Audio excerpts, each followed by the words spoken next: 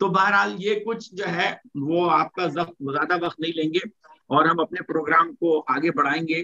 اور اسی طرح سے بھائی تھوڑی سی اجازت چاہوں گا کہ اپنے نوجوانی کے دوروں میں ایک دفعہ ہم نے وہ خیر اس کو شاعری تو نہیں کہیں گے لیکن ایک طنز و مزاح کے لحاظ سے ایک ضرورت رشتہ لکھا تھا. تو اس میں کہ ایک نو عمر شریف زادہ سینہ کشادہ نیک چلن اور سیدھا سادہ شادی پہ آمادہ ایک نیک سیرت نوجوان کے لیے ایک حسینہ مثل حور نشے شباب میں چور آنکھیں مخمور چہرہ پر نور بات امیز بادشاہ دلہن کی ضرورت ہے. اسی طرح سے اگر یہ آپ پہلے بتا دیتے مہتاب صاحب، یہ آپ پہلے بتا دیتے تو یہ تو بڑا مطلب کامیاب رہتا ہے، بڑا اچھا اشتہار ہے، ہم سب فٹ آ جاتے.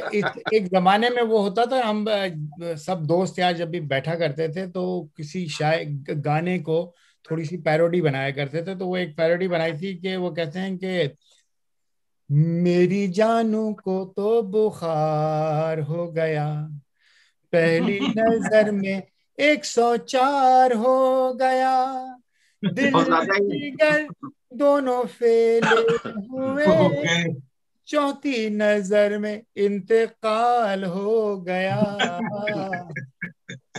ہاں تو ایسے ہی ہونا ہے، 104 بخار علاج نہیں کراؤ گے.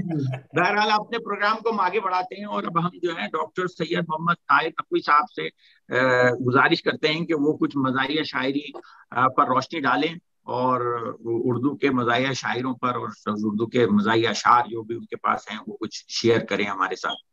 ڈاکٹر طاہر نقوی. جی بہت شکریہ مہتاب صاحب. میں تو سیگمنٹ عام طور پہ کرتا ہوں سفر شرط. اب اس میں سفر کی تو وہ نہیں تھی تو میں نے دیکھا کہ دیکھتے ہیں ذرا مزاحیہ شاعری نے کیا سفر طے کیا. تو آئیے دیکھتے ہیں مزاحیہ شاعری نے کیا سفر طے کیا. میں نے کہیں پڑھا تھا کہ ظرافت کے لیے ظریف ہونا ضروری نہیں ہے بلکہ اعلیٰ ظرف ہونا ضروری ہے. تو جب ہم مزاحیہ شاعری پڑھتے ہیں تو دو چیزیں ہمیں دو ٹرمز سنائی دیتی ہیں، ایک مزاح اور ایک طنز. ان دونوں میں فرق کچھ ایسا ہی ہے جیسے کہ آپ آسان الفاظ میں یہ سمجھیں کہ مذاق کرنے میں اور مذاق اڑانے میں جو فرق ہے وہی مزاح میں اور طنز میں.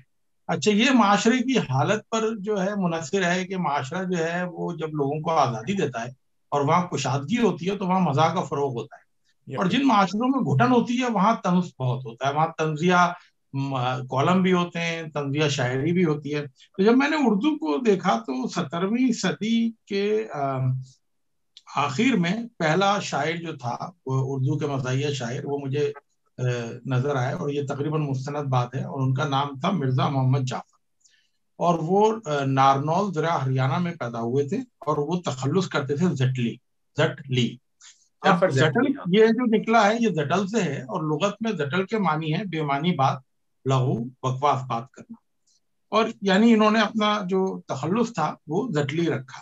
اچھا مجھے ایک بات پتہ چلی کہ جب کوئی بادشاہ فرما روا ہوتا تھا تو ایک آرڈر نکلتا تھا کہ جی شعراء حضرات جو ہیں وہ سکہ کہیں. وہ سکہ جو تھا وہ ایک شعر ہوتا تھا اور اس کے دونوں مصرے ہم ردیف اور ہم قافیہ ہوتے تھے، اور مختلف شعراء سکہ کہتے تھے. جس شاعر کا سکہ بادشاہ کو پسند آتا تھا وہ جو تھا وہ بھاری انعام پاتا تھا، اور وہ جو شعر تھا وہ سکے کے پیچھے کندہ کیا جاتا تھا.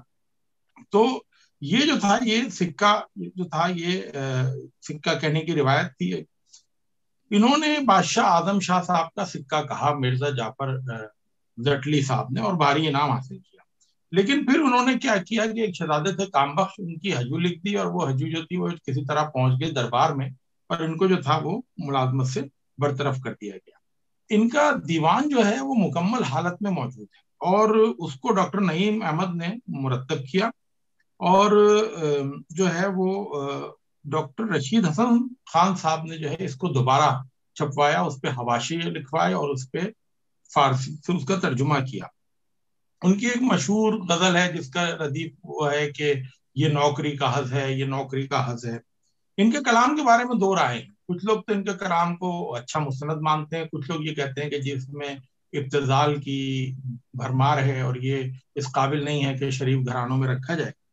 تو یہ جو سلسلہ تھا یہ کہیں کوئی باقاعدہ چھاپنے کا سلسلہ نہیں تھا، یہ زبان زد مسئلہ تھا اس وقت، اور کچھ لکھا جاتا تھا تو بہرحال کلیات ان کی مل گئیں.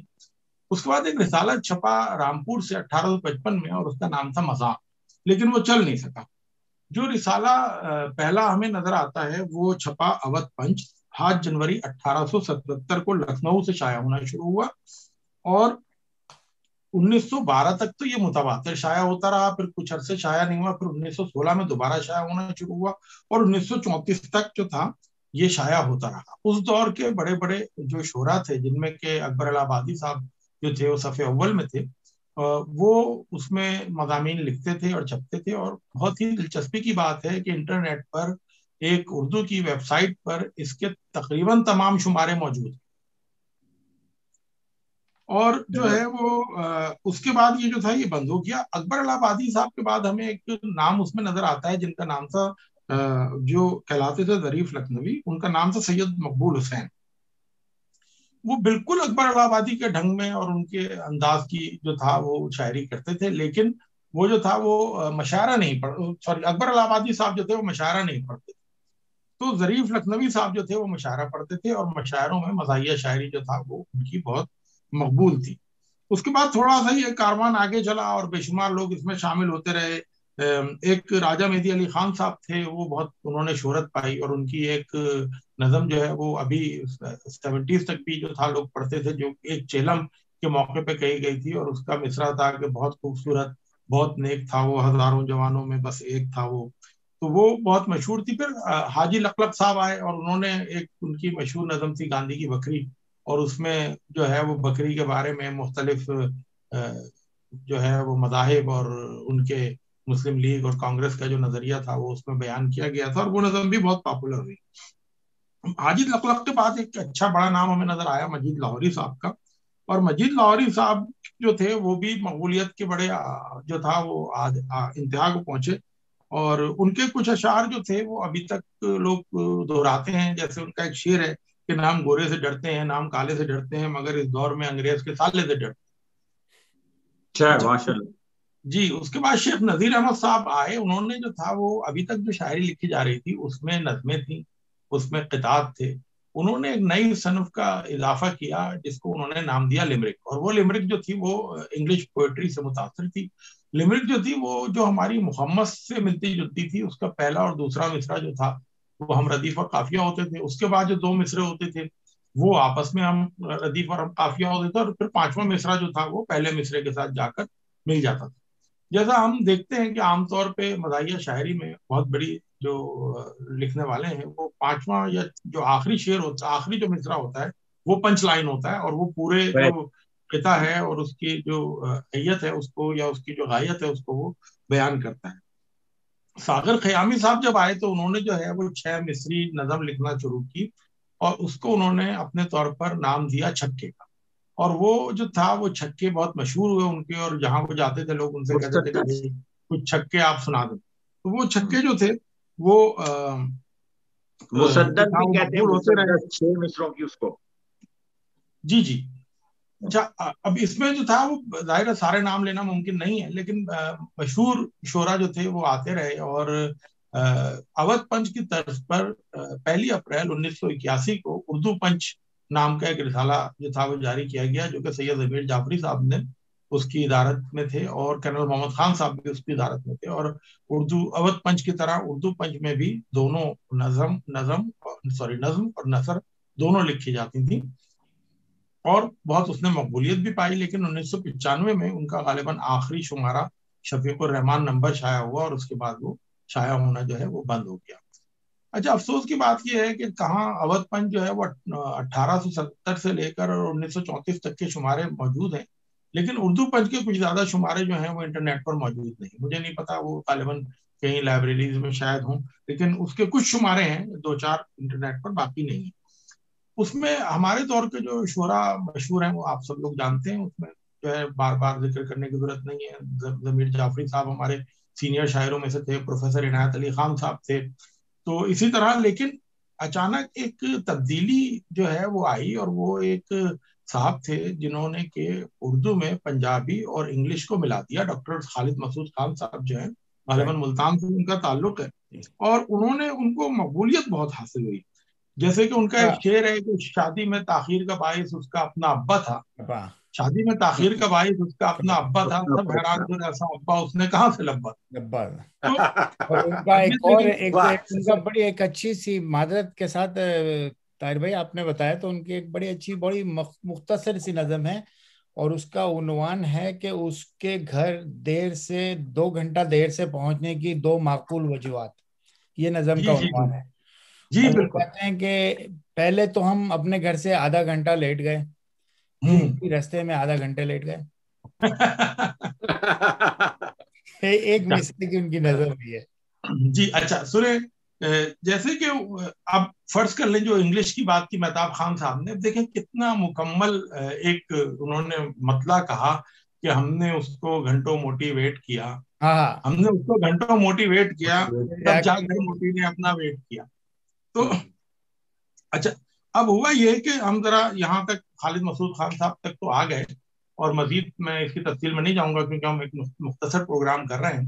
لیکن اعظم شاہ کے بعد جو تھا فروخ سیر بادشاہ ہوا، اور فروخ سیر صاحب جو تھے ان کا سکہ لکھنے کے لیے جو تھا وہ لوگوں سے کہا گیا. تو فروخ سیر صاحب کی بادشاہت پر فروخ سیر صاحب کا یہ تھا کہ وہ جو تھے انہوں نے ایک طریقہ ایجاد کیا تھا کہ وہ لوگوں کو قتل کرواتے تھے. ان کی گردن کے گرد ایک تسمہ چمڑے کا ایک بڑا سا پٹا ہوتا تھا، وہ کف دیا جاتا تھا اور وہ شخص جو تھا اس کی وفات ہو جاتی تھی. تو ان کا فروخ سیر صاحب کا سکہ کہا گیا جو کہ تھا سکہ زد از فضل حق بر سیم و زر، سکہ زد از فضل حق بر سیم و زر بادشاہ بحر و بر فروخ سیر. یعنی فروخ سیر جو ہے وہ خدا کے فضل سے بادشاہ ہو گیا اور اس کا سکہ جو ہے وہ سیم و زر پہ چل رہا ہے. اب یہ جو بات پہنچی، واپس جاؤں گا مرزا جعفر جٹلی تک، تو جعفر جٹلی صاحب نے اس میں تحریف کی اور لکھا کہ سکہ زد بر گندم و موٹھو مٹر، سکہ زد بر گندم و موٹھو مٹر بادشاہ تسمہ کش فروخ سیر. یعنی گندم اور موٹ کا جو ہے وہ سکہ جاری کر دیا اس بادشاہ نے جو کہ لوگوں کو تسمہ کے کف سے مروا دیتا ہے. یہ خبر بادشاہ تک پہنچی. 1713 میں مرزا محمد جعفر جٹلی صاحب کو جو ہے وہ بادشاہ کے حکم سے قتل کر دیا گیا.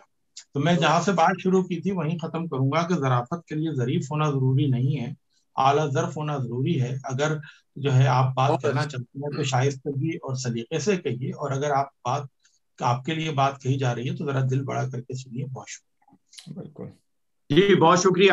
ابھی جو ہے ڈاکٹر نقوی نے اکبر آبادی کا ذکر کیا. اکبر آبادی جو ہے وہ بہت اصلاح معاشرہ کے لیے اشعار کہتے رہے، وہ بہت تنقید کرتے رہے، لیکن اس میں بہت اصلاحی پہلو تھا. ہنگامہ ہے کیوں برپا تھوڑی سی جو پیلی ہے، اکبر الہ آبادی کہتے ہیں ہنگامہ ہے کیوں برپا تھوڑی سی جو پیلی ہے، ڈاکہ تو نہیں ڈالا چوری تو نہیں کی ہے.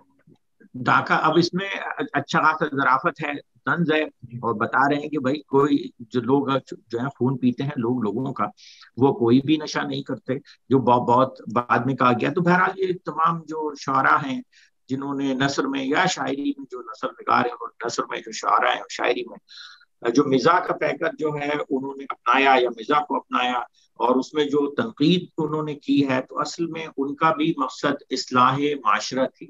وہ جو سماج کا ایک جو درد تھا وہ انہوں نے مزاح کے انداز میں بیان کیا. بہرحال ہم اپنی گفتگو کو آگے بڑھائیں گے اور اب درخواست کریں گے ڈاکٹر مہتاب خان سے کہ وہ جو ہے وہ مزاحیہ شاعری پر اور کچھ اشعار جو ہیں ان سے شیئر کریں اور جو ہے اس پر مزاحیہ شاعری پر کچھ روشنی ڈالیں. ڈاکٹر مہتاب خان. بہت شکریہ تجلی بھائی. میں شاعری پہ گفتگو تو نہیں کروں گا، لیکن میں اپنے کسی پسندیدہ شاعر اگر کہا جائے تو بالکل کچھ اشعار جو ہے وہ سناؤں گا تاکہ اس سے اگر ہم لطف اندوز ہو سکیں. تو پہلے تو یہ جو ابھی کہتے ہیں نا کہ لوگ ہمارے یہاں طنز اور وہ کرتے ہیں، تو مختلف موضوعات پہ لوگ لکھتے ہیں. جیسے ابھی جو نئی گورنمنٹ آئی جب، تو اس کے بارے میں کسی نے ایک لکھا ہے کہ پہلے پانی دودھ میں تھا، پہلے پانی دودھ میں تھا، دودھ اب پانی میں ہے. پہلے پانی دودھ میں تھا، دودھ اب پانی میں ہے. اب تبیلہ ایک نئے مالک کی نگرانی میں ہے. اب تبیلہ ایک نئے مالک کی نگرانی میں ہے. دودھ دے گی یا نہیں خامخواہ کیسے کہوں، دودھ دے گی یا نہیں خامخواہ کیسے کہوں، غوث خامخواہ کا ہے جی. دودھ دے گی یا نہیں خامخواہ کیسے کہوں، مول سینگوں پر ہوا ہے بھینس ابھی پانی میں ہے. وہی والی بات ہے کہ یہ گورنمنٹ کیا کرے گی کیا نہیں کرے گی. مول سینگوں پر ہوا ہے بھینس ابھی پانی میں ہے. اچھا میرے جو سب سے پسندیدہ شاعر ہیں وہ ہیں عادل لکھنوی. ان کی اگر آپ کہیں تو ایک دو نظمیں، مشہور نظم ہے سائیکل، یقیناً سنی ہوگی. تو وہ کہتے ہیں کہ ایک روز جا رہے تھے کہیں سائیکل پہ ہم، ایک روز جا رہے تھے کہیں سائیکل سے ہم، گزرے جو ایک موڑ پہ نازل ہوا ستم، پیڈل کی سائیکل سے جو پاؤں اکھڑ گئے ہم جا کے ایک شوخ حسینہ سے لڑ گئے. پیڈل کی سائیکل سے جو پاؤں اکھڑ گئے ہم جا کے ایک شوخ حسینہ سے لڑ گئے، کمبلی تو وہ تو ہتے سے فوراً اکھڑ گئیں، گویا ہوئیں کہ جیسے ہواؤں سے لڑ گئیں، کہنے لگیں کہ اندھے ہیں آتا نہیں نظر یہ حرکت جناب کی یہ ریش معتبر. کہنے لگیں کہ اندھے ہیں آتا نہیں نظر یہ حرکت جناب کی یہ ریش و معتبر، اور پھرتے ہیں کیا شریفوں کی صورت بنا کے آپ، یوں عورتوں پہ گرتے ہیں داڑھی لگا کے آپ. میں نے کہا کہ غصے کو تھوکو بھی نازنی، میں نے کہا کہ غصے کو تھوکو بھی نازنی، سائیکل لڑی ہے تم سے یہ داڑھی لڑی نہیں، اور داڑھی کا نام لے کے ہمیں کیوں ٹوکتی، داڑھی کوئی بریک تھی جو سائیکل کو روکتی. بہت اچھے بہت اچھے. وہ اس کو وہ خود پڑھتے بھی بہت اچھا ہے، بہت پیارے سے. ان کی ایک اور نظم میں بڑی وہ بہت مشہور، جیسے طائب بھائی نے کہا کہ طنز و بالکل دم پہ وہ جو طنز و مزاج. تو اصل میں اگر ہم اپنی سرحد سے پار دیکھیں تو وہاں مزاح زیادہ ملتا ہے، طنز بھی ہے لیکن ہمارے یہاں طنز بہت زیادہ ہوتا ہے. تو انہوں نے ایک نظم لکھی تھی دم، اس کو اگر آپ لیں اجازت دیں تو وہ کہتے ہیں کہ جناب دم کی عجب نفسیات، دم بہت مشہور نظم ان کی جی ضرور، جناب دم کی عجب نفسیات ہوتی ہے کہ اس کی پیش ادنا میں بات ہوتی ہے، وفا کے جذبے کا اظہار دم ہلانا ہے، جو دم کھڑی ہے تو نفرت کا تازیانہ ہے. وفا کے جذبے کا اظہار دم ہلانا ہے، جو دم کھڑی ہے نفرت کا تازیانہ ہے، جو لمبی دم ہے وہ عالی صفات ہوتی ہے، جو مختصر ہے بڑی واہیات ہوتی ہے.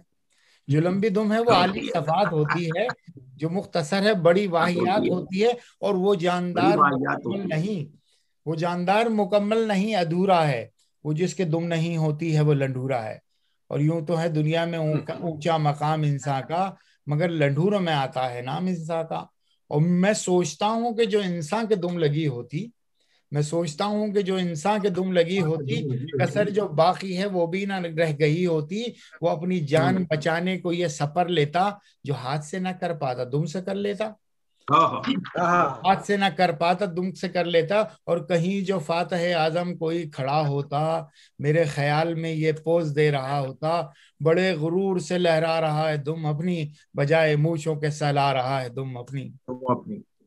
بڑے غرور سے لہرا رہا ہے دم اپنی، بجائے مونچھوں کے سہلا رہا ہے دم اپنی. اور وہ کہتے ہیں کہ بزرگ لوگ جوانوں سے جب خفا ہوتے، بزرگ لوگ جوانوں سے جب خفا ہوتے، زباں پہ ان کی یہ الفاظ برملا ہوتے کہ تمہیں خبر نہ تھی کیسی آن بان کی دم، کٹا کے بیچ دی تم نے تو خاندان کی دم، کٹا کے اور حسین لوگوں کی پھولوں سے دم ڈھکی ہوتی، حسین لوگوں کی پھولوں سے دم ڈھکی ہوتی کہ پھلجڑی سی ہواؤں میں چھٹ رہی ہوتی، اور دموں سے قد زیبا کچھ اور سج جاتے، دموں سے یہ قد زیبا کچھ اور سج جاتے، کہاں کی زلف کے دم ہی میں دل الجھ جاتے، میں سے یہ قد زیبا کچھ اور سج جاتے، کہاں کی زلف کے دم ہی میں دل الجھ جاتے. اور ہم ان کی بزم میں اپنا یوں پتا دیتے، بجائے پاؤں دبانے کے دم دبا دیتے. اور کبھی کمن کا جو کام دم سے ہو جاتا، ہم عاشقوں کو بڑا نام دم سے ہو جاتا، اشارہ کر کے ہمیں دم وہ اپنی لٹکاتے، ہم ان کے کوٹھے پہ دم کو پکڑ کے چڑھ جاتے، اشارہ کر کے ہمیں دم وہ اپنی لٹکاتے، ہم ان کے کوٹھے پہ دم کو پکڑ کے چڑھ جاتے. اور کہتے ہیں کہ امیر لوگوں کی دم میں انگوٹھیاں ہوتی، امیر لوگوں کی دم میں انگوٹھیاں ہوتی، انگوٹھیوں میں نگینوں کی بوٹیاں ہوتی، اور گھمنڈ اور بڑھ جاتا اور اتراتے یہ لوگ جیب گھڑی اپنی دم میں لٹکاتے. واہ بہت بہت شکریہ. یہ عادل لکھنوی صاحب تھے, ان کی بہت ہی عادل لکھنوی صاحب ماشاءاللہ سے وہ خوب بھی جھوم جھوم کے پڑھتے ہیں, ان کے پڑھنے کا انداز بھی اچھا ہے, بہت ہی اچھا. بالکل بالکل. ہاں چلیں ہم پروگرام کو آگے بڑھاتے ہیں. جیسے اکبر الہ آبادی صاحب نے کہا ہے کہ بتاؤں آپ کو مرنے کے بعد کیا ہوگا, پلاؤ کھائیں گے احباب فاتحہ ہوگا. اب آگے کتنا مطلب اگر اس کی تشہیر میں جائیں اور اگر مذہب میں بھی جائیں اور بہت ساری چیزوں میں, تو وہ ایک جنرل بات ہے کہ بس پلاؤ کھائیں گے احباب فاتحہ ہوگا. اکبر اپنے معاشرے کی جو عکاسی کرتے ہیں اس زمانے کی, آپ سوچیں کہ جو 1800 میں جب اکبر کا دور تھا اور وہ برقع ایک اسلامی کلچر کا, روایات کا, ثقافت کا, مذہب کا, دین کا حصہ تھا, تو وہاں اچانک وہ دیکھتے ہیں اور وہ کہتے ہیں کہ بے پردہ کل جو آئی نظر چند بیبیاں, بے پردہ کل جو آئی نظر چند بیبیاں, اکبر زمین میں غیرت قومی سے گڑ گیا. اکبر زمین میں غیرت قومی سے گڑ گیا. پوچھا جو ان سے آپ کا پردہ وہ کیا ہوا, کہنے لگی کہ عقل پہ مردوں کے پڑ گیا. واہ واہ. اکبر الہ آبادی صاحب جو تھے وہ سیشن جج تھے, اور جو تھا وہ بڑے پڑھے لکھے آدمی تھے, اور یہ جو رسالہ اودھ پنچ تھا اس میں مستقل لکھنے والوں میں سے تھے, اور اس کا اتنا گہرا اثر تھا کہ اس رسالے کے مقابلے پر سر سید احمد خان صاحب نے رسالہ تہذیب الاخلاق نکالا تھا, اور اس میں جو تھا یعنی اس رسالے سے جو کچھ بھی مواد شائع ہوتا تھا اس کا پھر اس میں دوسرے طریقے سے جواب دیا جاتا. چلیں اب ہم آگے بڑھتے ہیں, اور جناب ڈاکٹر مبشر زیدی صاحب سے درخواست ہے کہ وہ کچھ نثر نگاروں نے, جن نثر نگاروں نے اردو میں مزاحیہ شاعری کی ہے, کچھ ان پر اپنا اظہار خیال کریں اور بتائیں ہمیں کہ جی کون کون سے وہ نثر نگار ہیں جنہوں نے مزاحیہ شاعری کی ہے. ڈاکٹر مبشر زیدی. جی بہت شکریہ تجلی بھائی, تمام دوستوں کا بھی شکریہ اس محفل میں شرکت کا. بہت اچھی محفل, انجوائبل ہے, اور بہت عمدہ شاعری شیئر کی گئی. خاص طور پہ طاہر بھائی نے جو تاریخ بتائی, ایک جو جسے مزاحیہ شاعری کہتے ہیں, یہ اس کی یہ کافی پرانی صنف ہے اور اسٹیبلش جسے کہنا چاہیے اس صنف ہے. لیکن اگر ذاتی طور پہ میں اپنی یہ بات کروں تو طالب علمی کے زمانے سے جو زیادہ فیسینیٹ کرتی تھی وہ انقلابی اور رومانوی شاعری زیادہ فیسینیٹ کرتی تھی, اور اسی سے رغبت رہی, اور جو بھی اس زمانے کے اچھے شعر, نظمیں, قطعے ہوتے تھے وہ فوراً یاد ہو جاتے تھے, اور بعض تو اب تک یادداشت میں موجود ہے. لیکن جہاں تک یہ مزاحیہ یا تربیہ اور ظرافت والی شاعری کا تعلق ہے تو یہ اچھی تو لگتی تھی, لیکن یہ ذہن پہ کوئی دیر پا نقش نہیں چھوڑتی تھی, یعنی یہ رہ نہیں جاتی تھی یادداشت میں.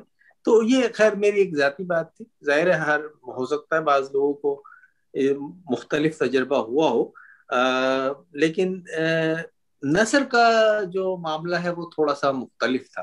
یعنی جو مزاحیہ نثر ہے, اب ہمارے زمانے میں اور اس سے پہلے جو مشہور جتنے بھی مزاح نگار تھے, یوسفی صاحب, شفیق الرحمان, ابن انشا, کرنل محمد خان, ان سب کی جو مزاحیہ نثر تھی وہ ہم نے کئی دفعہ پڑھی کتابیں, اور وہ ہمیں بہت سارے ان کے پیراگراف ازبر ہو جاتے تھے. اچھا, اس میں بعض جو مزاح نگار تھے انہوں نے اس اپنی نثر میں انہوں نے شاعری کا بھی استعمال کیا, اور بہت اعلیٰ پائے کی شاعری کی, پیروڈی کی تھی. جیسے آزاد شاعری ہے اس کا انہوں نے وہ تھوڑا سا جسے کہتے ہیں مذاق اڑایا یا اس کے اوپر بات کی. یا جیسے شفیق الرحمان نے کئی جگہ جو ایبسٹریکٹ آرٹ مصوری ہوتی تھی اس کو اپنے نشانہ بنایا, اپنے جو طنز و مزاح, تو وہ انہوں نے کی. اب شفیق الرحمان کی میں بات کروں گا زیادہ, باقی دوسرے مصنفوں کی ان کی مجھے کتابیں ساری میرے پاس تھیں طالب علم. ابھی بھی ایک کتاب موجود ہے, یہ ان کی جو حماقتیں, مزید حماقتیں, پچھتاوے, دریچے, کرنے, یہ 5-6 کتابوں کا ایک مجموعہ انہوں نے کمپائل کر دیا. اسی طرح کے ایک اور بھی مجموعہ, اس میں بھی 5-6 کتابیں. تو شفیق الرحمان صاحب کی جو ایک دو آزاد نظمیں ہیں وہ میں آپ سے شیئر کروں گا. شفیق الرحمان نے پیروڈی بہت زبردست کی آزاد نظموں کی. اس کے علاوہ انہوں نے جو اردو کی قدیم داستانیں تھی جیسے قصہ چہار درویش، اس کی بھی انہوں نے بہت اعلیٰ پائے کی پیروڈی کی ہے. اگر وہ پڑھیں تو آپ یعنی بہت بہت اعلیٰ طنز اور مزاج. اسی طرح جیسے وہ سندباد جہازی کا جو الف لیلا میں قصہ ہے اس کو انہوں نے اتنا عمدہ طریقے سے پیروڈی اس کی ہے کہ اگر کبھی موقع ملے گا تو ہم اس پہ بات کریں گے. تو فی الحال میں ان کی ایک نظم آپ کے ساتھ شیئر کرتا ہوں جو کہ مزید حماقت ہے جو ان کی کتاب ہے اس میں ہے. تو اس میں وہ کہتے ہیں کہ کون ہے میری بیتاب امنگوں کا سہارا میرے ہمدم میرے دوست، تجھ کو معلوم اگر ہے تو بتا. کون ہے میری بیتاب امنگوں کا سہارا میرے ہمدم میرے دوست، تجھ کو معلوم اگر ہے تو بتا. کس کے شبرنگ معطر گیسو میرے بازو پہ بکھر جاتے ہیں، موزے جب گردش رفتار سے گھس جاتے ہیں، سوزن سادہ سے کون ان کو رفو کرتا ہے. میری بکھری ہوئی بوسیدہ کتابیں آخر کون ترتیب سے چن دیتا ہے الماری میں. اور سلوٹیں دیکھ کے ملبوس پہ خم کھائی ہوئی، سلوٹیں دیکھ کے ملبوس پہ خم کھائی ہوئی استری کون کیا کرتا ہے. آنکھ کس کی میرے بٹوے پہ جمی رہتی ہے، کون ہر ماہ چکا دیتا ہے دھوبی کا حساب. آنکھ کس کی میرے بٹوے پہ جمی رہتی ہے، کون ہر ماہ چکا دیتا ہے دھوبی کا حساب. تو بتا سکتا ہے کیا، ہاں ذرا میں بھی سنوں کیا کہا. تیرے گستاخ تبسم پہ ہنسی آتی ہے، تیرا وجدان ابھی تک بہت خام ہے میرے دوست.